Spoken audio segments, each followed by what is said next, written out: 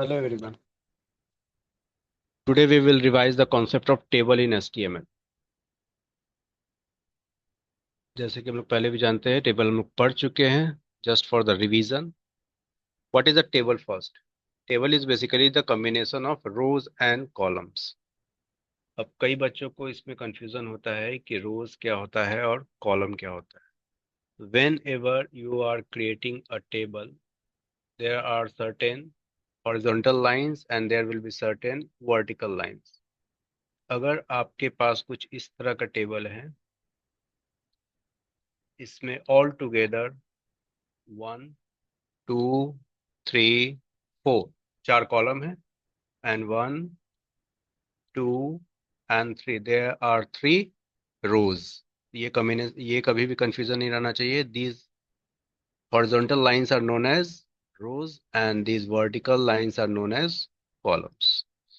Now, to create a table we must have a tag, and that tag is table.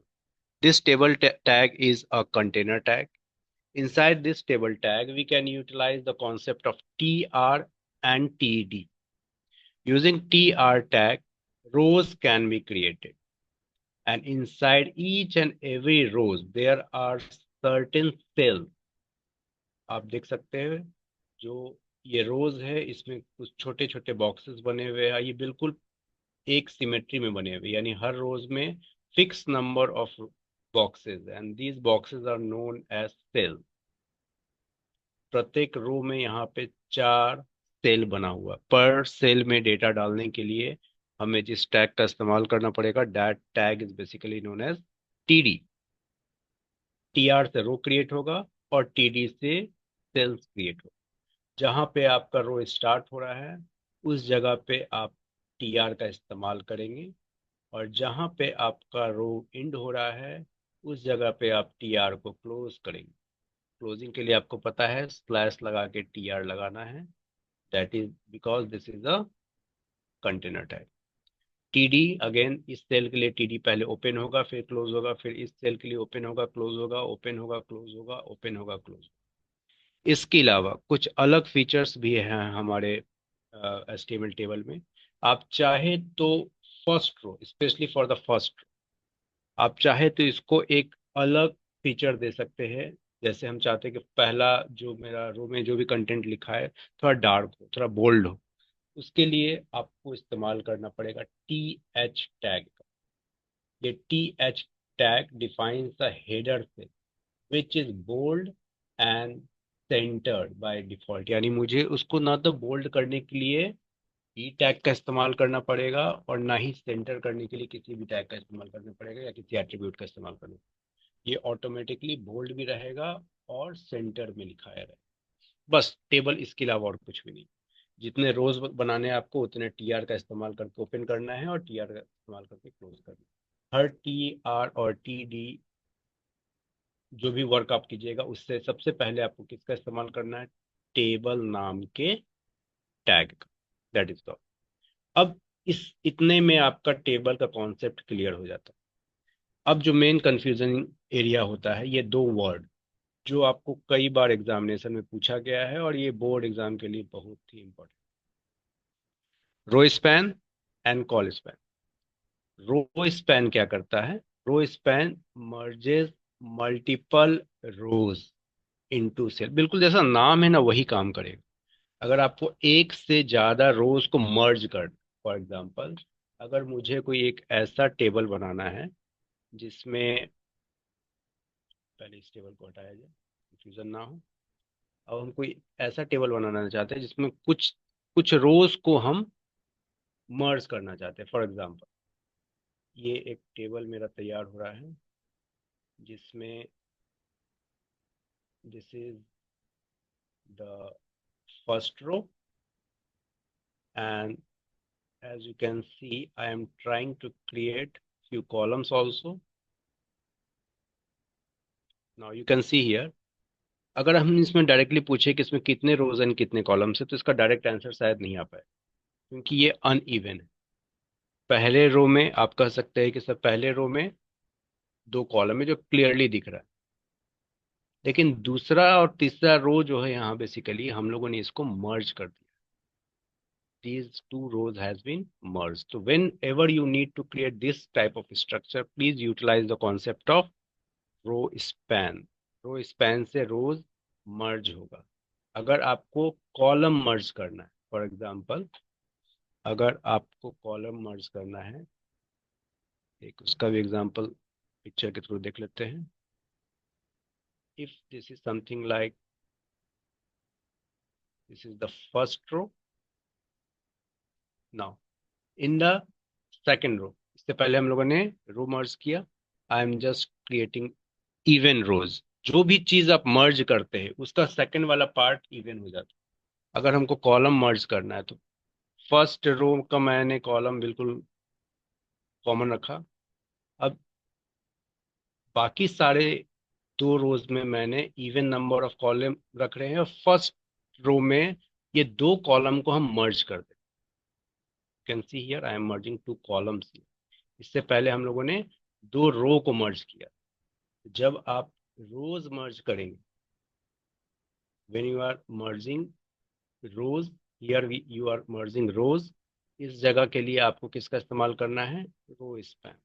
और जब आप column मर्ज करेंगे, इस तरह का स्ट्रक्चर क्रिएट करना पड़ सकता है आपको, उसके लिए आप इस्तेमाल करेंगे कॉल स्पैन.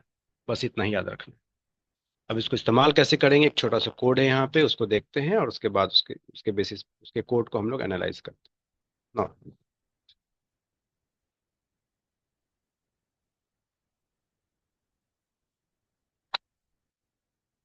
अब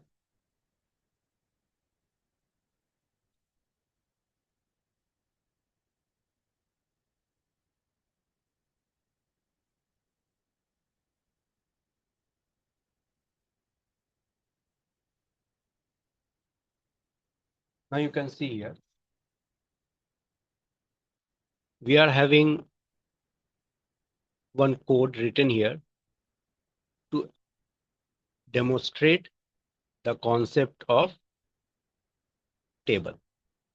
इसमें HTML टैग से स्टार्ट होता है. आपको पता है हेड टैग का काम क्या है, हम लोग देख चुके हैं. टाइटल टैग से हम लोग टाइटल बार पे कंटेंट डालते हैं, हमको पता है. हेड टैग यहाँ पे खत्म हो गया. टाइटल टैग को हम लोग इस्तेमाल किए कहाँ पे? हेड टैग के बीच में. Now all the content will start from this body tag. अब बॉडी टैग जो कि मेरा कंटेनर टैग है वहां से स्टार्ट हो रहा है. H1 टैग का इस्तेमाल करके हमने एक लाइन लिखा है माई HTML टेबल. क्यों? ताकि ये हेडिंग, इसका साइज थोड़ा सा बढ़ जाए.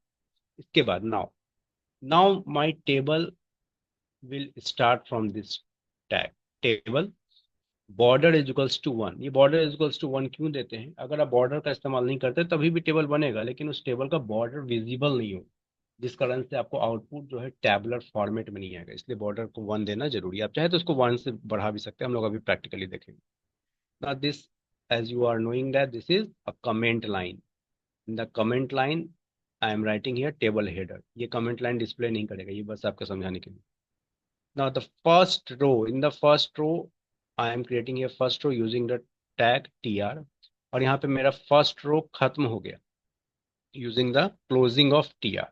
इस फर्स्ट रो में हमने तीन th का इस्तेमाल किया. In place of td I am using th for table heading. इसका मतलब क्या हो गया कि मेरा एक रो तैयार होने वाला है और इस रो में तीन कॉलम होंगे. और इस कॉलम में पहले कॉलम में हेडिंग 1 लिखा होगा, दूसरे में हेडिंग 2 लिखा होगा और तीसरे में हेडिंग 3 लिखा होगा. और क्योंकि हम लोग th का इस्तेमाल कर रहे हैं तो ये बोल्ड में हो और बिल्कुल ही सेंटर्ड में हो. This is the benefit of using th. Now here table row. Now after the heading, हम लोगों ने इसको टेबल हेडर का नाम दिया है, तो अब इसके नीचे वाले रो को नॉर्मल रो की तरह क्रिएट करेंगे. tr के थ्रू हम टेबल का रो क्रिएट कर रहे हैं और tr के थ्रू उस रो को हम लोग क्लोज कर. इस tr में हमने दो बार td लिखा है. First td is here opening and td is closing here. Inside the td it is written here row 1 cell 1. that means इसके बाद जो मेरे पास एक बॉक्स बनेगा नेक्स्ट रो पे, उस पे क्या लिखा होना चाहिए? that this is our row 1 and inside this row 1 this one is the cell 1. तो हेडिंग के नीचे वाला मेरा फर्स्ट रो काउंट हो रहा है। This is the row one का ये cell one. Now inside T D आपने कॉल स्पैन का इस्तेमाल किया, और कितने कॉलम को आप यहाँ मर्ज करना चाहते हैं वो वैल्यू हम लिखते हैं। टीडी में हमने लिखा कि मुझे दो कॉलम को मर्ज करना है। दैट मीन्स इसके बाद जो दो कॉलम आ रहा है, please merge it and make it a single cell. अब ये दोनों कॉलम एंड सेल टू, ये दोनों सेल मर्ज होके सिंगल सेल बन गए। सेम वे अब हम लोग तो नीचे बढ़ते हैं। Is this now second row पे ध्यान दीजिएगा। Now inside the second row you can see here again tr is utilizing to create the table, and here tr we are using to close the row, opening the row and close the row. अब इस TR के अंदर में हम लोगों ने TD के साथ रो स्पैन का इस्तेमाल किया। इससे पहले कॉल स्पैन था, अभी ये रो स्पैन है। दैट मीन्स हम लोग इसके नीचे का जो दो रो बनने वाला है उसको हम मर्ज करेंगे, और नीचे का जो रो बनेगा that will be a row two and three. So this will be row two and three, and for the row two and three this box is the cell one. ये कंटेंट आपको लिखा हुआ आएगा। अभी हम लोग इसका आउटपुट देखेंगे और उस कोड को हम लोग फिर से एनालाइज करेंगे। Now we are closing the TD here. That means ये मेरा एक सेल तैयार हो गया जो कि दो रो को मर्ज करके कर। इसके बाद अगेन हम लोग टीडी का इस्तेमाल कर रहे हैं। इस टीडी में हम लोगों ने लिखा है रो टू सेल टू। ये चीज आपको जब आउटपुट में देखिएगा तो और क्लियर समझ में आएगा, और ये हम आपको आउटपुट दिखाते हैं। When we are going to run it, it will work something like this. We are going to have the output like this. So as you can see here,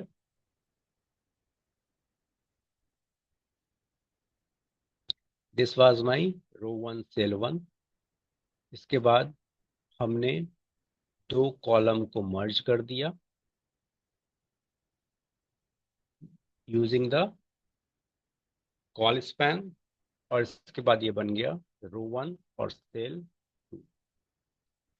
next row, दो रो को हमने merge कर दिया using the property of row span, और इसके बाद हम क्या लिख रहे हैं, this is row two cell two and this is row two cell three. Okay, अब आते हैं वापस कोड पे। Now you can see here,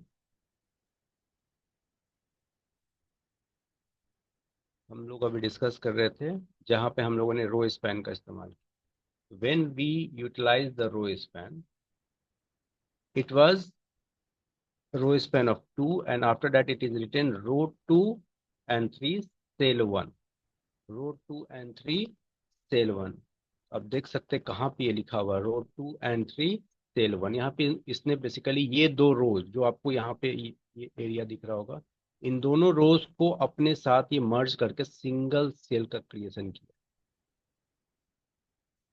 after that we have written row 2 cell 2 and row 2 का सेल 3, और यहाँ पे टीआर को क्लोज भी कर दिया।